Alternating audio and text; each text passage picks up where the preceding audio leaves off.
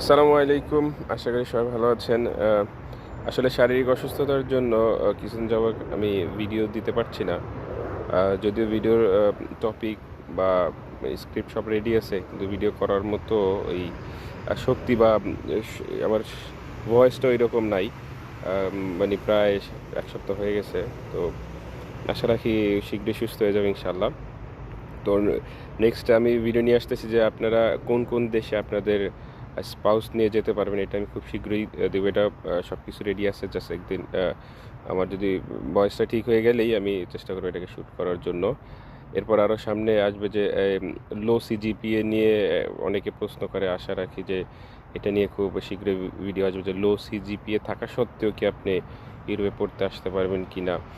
এরপর এর এর আগে অনেক রিলেভেন্ট ভিডিও দিয়েছি আপনাদেরকে, যে স্টাডি গ্যাপ থাকলে আপনারা কিভাবে ইউরোপে অ্যাপ্লাই করতে পারবেন, বা এরকম যদি আরও কোনো প্রশ্ন আপনার থেকে থেকে থাকে আমাদের ভিডিওর কমেন্টে কমেন্ট করে রাখতে পারেন যে আমরা চাই এই বিষয়ে ভিডিও করার জন্য, বা এই সমস্যার সমাধান মানে চান আমাদের কাছ থেকে, মানে আমরা যেন একটা সমাধান আপনাকে দিতে পারি। সো বেশি বেশি করে কমেন্ট করেন, প্রশ্ন করে। আমরা প্রশ্ন যখন করবেন সেটার উত্তরও দিব, আবার সাথে এটা যদি মনে হয় যে একটা ইন্টারেস্টিং টপিক সবার জন্য খুব বেশি উপকার হবে, তাহলে আমরা ওই ভিডিওটাও করার চেষ্টা করব। সাথে আরেকটা প্ল্যান আছে যে ভিডিও করব হচ্ছে গিয়ে সায়েন্স বাদে আরও অনেক সাবজেক্ট আছে যারা আমাদের বেশিরভাগ মানে ভিডিওগুলো সায়েন্স রিলেটেড হয়ে যাচ্ছে, সায়েন্স এআই রিলেটেড, যে এই সাবজেক্টগুলো পড়লে ভালো হবে, স্কলারশিপ বেশি পাবেন।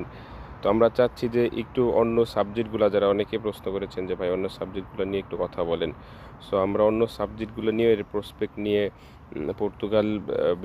পর্তুগাল এবং অন্য ইউরোপিয়ান কান্ট্রিতে এর প্রসপেক্ট কী, এগুলো নিয়ে কথা বলবো। তা আশা রাখি সামনে থাকবেন, আর দোয়া করবেন আমার জন্য যেন একটু তাড়াতাড়ি সুস্থ হয়ে যায়, আপনাদের মাঝে আবার ফুল ভিডিও নিয়ে আসতে পারি ইনশাল্লাহ। ভালো থাকবেন। আসসালামু আলাইকুম।